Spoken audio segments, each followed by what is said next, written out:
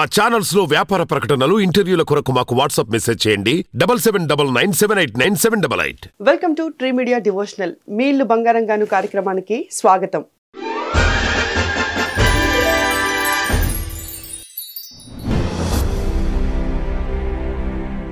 మీ వ్యక్తిగత జీవితంలో కానీ మీ గృహంలో కానీ ఏమన్నా సమస్యలు ఉన్నట్లయితే దానికి వాస్తు కూడా ఒక కారణమై ఉంటుంది. మరి దానికి సంబంధించిన పరిష్కారాలు తెలియజేయడానికి మనతో పాటు ఇవాళ ఉన్నారు వాస్తు సంఖ్యాశాస్త్ర నిపుణులు నర్రా రామకృష్ణ చౌదరి గారు. గురుగారు నమస్కారం. నమస్తే గురుగారు, మనం మీ ఇల్లు బంగారంగాను కార్యక్రమం ద్వారా ఎన్నో వాస్తుకి సంబంధించిన సమస్యలకి పరిష్కారం మనం తెలియజేశాం.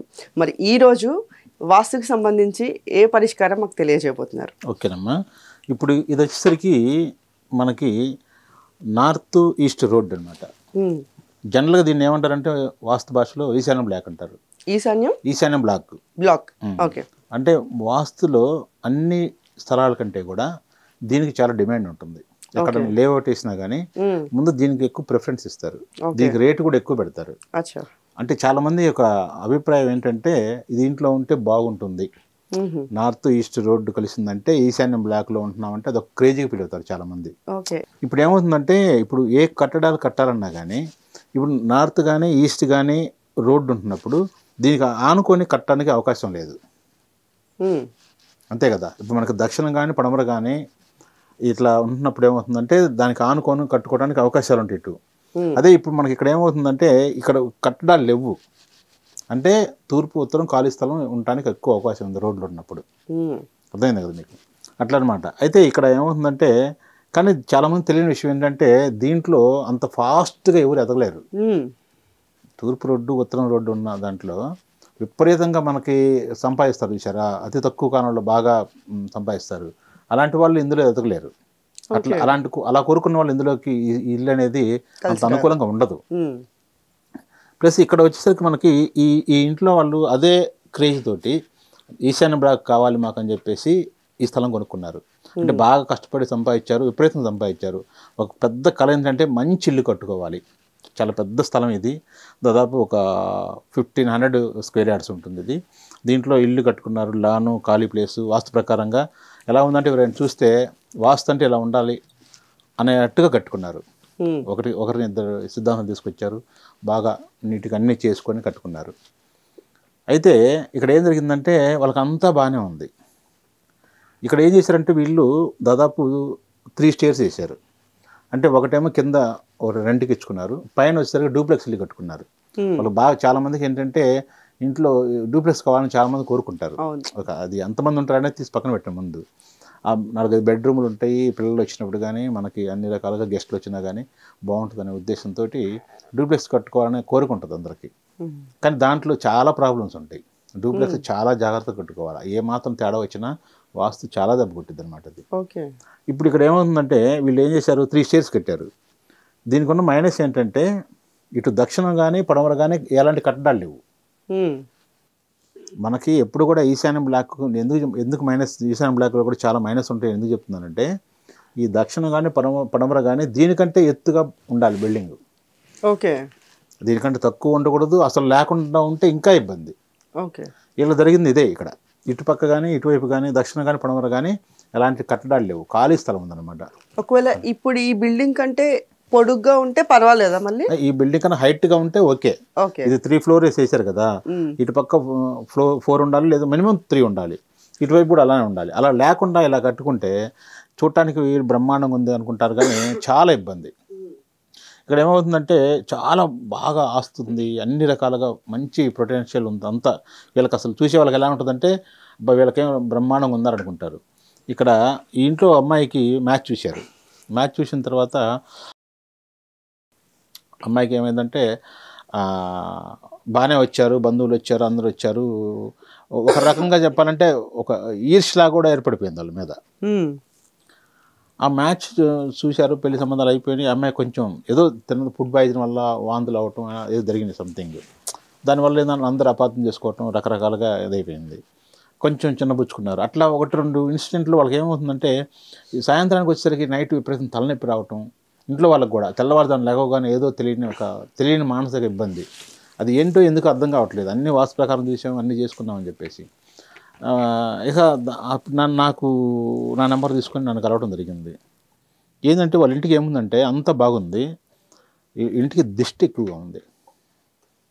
మీరు సామెత విన్నారు, నరుడి కంటికి నా ప్రాయ కూడా బద్దలవుద్దని చెప్పేసి విన్నారు కదా సామెత. ఆ విధంగా వీళ్ళకి బాగా దిష్టి ఉందన్నమాట. అంటే మనల్ని చూసి, మన ఎదుగుదలను చూసి, మన ఆనందాన్ని చూసి ఎదుటి వ్యక్తులు కనుక ఓర్వలేకపోయినప్పుడు ఏమవుతుందంటే దానికి ప్రతికూలమైన హానికరమైన వాతావరణం బాగా రేడియేట్ అవుతూ ఉంటుంది. అది చాలా ఇబ్బంది. అది దానికి మేము వచ్చేసరికి మన ఈవిల్ ఐ కాన్సెప్ట్ అని ఉంటుంది, దాని వరల్డ్ వైడ్గా ఉంటుంది. దానికి పరిష్కారాలు ఉన్నాయి. కానీ వీళ్ళు ఏం చేశారంటే వీళ్ళు ఏదో గుమ్మడికాయలు కట్టారు, మిరపకాయలు కట్టారు, నిమ్మకాయలు కడుతుంటారు, మారుస్తుంటారు, ఎన్ని చేస్తూ ఉంటారు. ఎన్ని చేసినా వీళ్ళకి దిష్టి అనేది పోవట్లేదు. అమ్మాయి మ్యారేజ్ అప్పుడు బాగా అప్సెట్ అయ్యారు. అంత బాగుంది, మనం వాస్తు ప్రకారంగా చేసుకున్నాం, అన్నీ చేసుకున్నాం, అమ్మాయి విషయంలో ఎందుకు అంటే 1-2 ఇన్సిడెంట్లు ఇలా మ్యారేజ్ అప్పుడు అదే మన పెళ్లి చూపులప్పుడు ఇబ్బంది జరిగాయి అన్నమాట. ఇక దాని మీద మనం పిలిచినప్పుడు మనం మొత్తం చూసాం. ఆ డూప్లెక్స్ ఇల్లు కూడా కొంచెం నైరుతిలో మెట్లు అలా రావడం జరిగింది. వాస్తు లోపాలు ఉన్నాయి, అందులో కూడా చాలా లోపాలు ఉన్నాయి. మెయిన్ ఉంది మీద దృష్టి ఎక్కువగా ఉంది. ఆ దృష్టికి సంబంధించిన అన్నీ కూడా నేను చేశాను. మనకు గృహశుద్ధి ప్రొడక్ట్స్ అని మన దగ్గర ఉంటాయి. ఇవన్నీ కూడా నెగిటివ్ ఎనర్జీ అంతా కూడా, ఎందుకంటే వీళ్ళకి ఉన్న మైనస్ ఏంటో చెప్పమంటారా, ఇక్కడ ఎక్కువగా వీళ్ళకి బంధువులు కానీ ఫ్రెండ్స్ కానీ ఎక్కువ మంది వస్తుంటారు. అది కాక వీళ్ళు డూప్లెక్స్ ఇల్లు కట్టుకున్నారు కదా, దానికి గెస్ట్ రూమ్లు ఉన్నాయి. గెస్ట్ రూమ్ అంటే మనకు బంధువులు వచ్చినప్పుడు ఏదైనా పని మీద వస్తారు, వీళ్ళ ఇంటికి వచ్చినప్పుడు, అంటే ఇది సిటీలో ఉన్నదనమాట. ఆ విలేజ్ నుంచి వాళ్ళు బంధువులు ఎవరైనా వచ్చినప్పుడు ఇంకా డైరెక్ట్గా వీళ్ళ ఇంటికి వచ్చేస్తారు. అట్రాక్టివ్గా కనబడుతుంది. బంధువులు వీళ్ళు కూడా ఏంటంటే అలానే వాళ్ళని రమ్మని చెప్తుంటారు. ఇప్పుడు వాళ్ళు వచ్చినప్పుడు ఏంటంటే వాళ్ళు చూసే విధానం కానీ వీళ్ళకి మర్యాదలు కానీ బాగుంటున్నప్పుడు ఏంటంటే ఇక్కడికి వచ్చేస్తుంటారు. ఇక్కడికి రావటం, వీళ్ళందరూ వచ్చి వాళ్ళ పనులు చూసుకుంటారు. హాస్పిటల్ పని మీద వస్తారు, ఇక్కడికి వస్తారు. వీళ్ళకి ఒక రూమ్ సపరేట్ గెస్ట్ రూమ్ ఉంటుంది, అక్కడ ఉండిపోతారు. అట్లా ఏదైనా సమస్య వచ్చినా, కోర్టు పని మీద వచ్చినా ఇక్కడికి రావటం, ఈ జనాలంతా ఎక్కువగా రావుతున్నారు, బంధువులు కానీ ఫ్రెండ్స్ కానీ రావటం. దీనివల్ల ఏమవుతుందంటే అక్కడ పెద్ద నెగిటివ్ ఎనర్జీ బాగా ఫామ్ అయిపోయింది. దాన్ని అసలు ఎలా ఉందంటే వీళ్ళకి తెలియదు ఆ విషయం. మనం వచ్చిన వాళ్ళందరూ బాగా చూసుకుంటున్నాం కదా, మనం పెడుతున్నాం కదా, బ్రహ్మాండంగా మన ఇంట్లో తిండి వెళ్ళిపోతున్నారు, ఉంటున్నారు, నివాసం కల్పిస్తున్నాం అన్నీ అనుకుంటున్నారు. కానీ అక్కడ వచ్చిన ప్రతి మనుషులు కూడా వచ్చినా కానీ ఆ కృతజ్ఞత ఏమి ఉండదు చాలామందికి. అది చూసి ఈర్ష్పడిపోతారు. ముందు ఇంత డెవలప్ అయ్యారు, మనం కాలేమన్నా కంపేరిజన్ చేసుకొని ఆ ఈర్ష అంతా కూడా అక్కడ వదిలేసి వెళ్ళిపోతారు. దానివల్ల ఏంటంటే పెద్ద నెగిటివ్ ఎనర్జీ ఫామ్ అయిపోయింది. దానికి చాలా ఉంది, చూడటానికి ఇల్లు బ్రహ్మాండంగా ఉంటుంది, కానీ దాంట్లో నెగిటివ్ ఎనర్జీ మొత్తం అసలు ఎలా ఉందంటే బాగా రేడియేట్ అయిపోయింది మొత్తం కంప్లీట్గా. ఇప్పుడు ఏముందంటే దీనికి మనం గృహశుద్ధి ప్రొడక్ట్స్ ద్వారా క్లీన్ చేయడం మొదలుపెట్టాము. ఇక్కడ వీళ్ళు ఏం చేస్తున్నారంటే ఇంకా మనం వచ్చిన దగ్గర నుంచి ప్రతి స్టార్టింగ్లో ఒక 2 నెలలు 3 నెలలు కంటిన్యూ చేసాము. తర్వాత ప్రతి సంవత్సరం 2 సార్లు మనం 6 నెలలకు ఒకసారి వచ్చి ఇల్లు మొత్తం శుభ్రం చేస్తాము. ఒకటే చెప్పాను, మీరు బంధువులైనా స్నేహితులైనా ఎవరు వచ్చినా ఇక్కడ ఎక్కువ టైం ఉంచమాకండి. అందరికీ అంత అవకాశం ఇవ్వద్దు.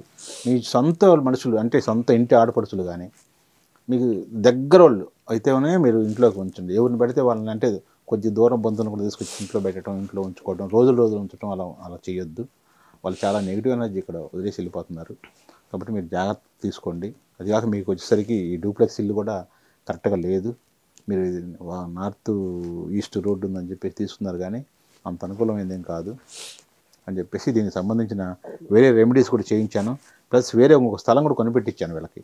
ఎందుకంటే ఇక్కడ దక్షిణం పడమర మనకు స్థలాలు కన్స్ట్రక్షన్ లేనప్పుడు దీనికి ఆపోజిట్గా వేరే స్థలం ఒకటి కావాలి, ఖాళీ స్థలం, అది కొనిపెట్టించాము. తర్వాత చేసుకున్నారు, బాగుంది, అమ్మాయికి మ్యారేజ్ అయిపోయింది, అంత హ్యాపీగా ఉంది.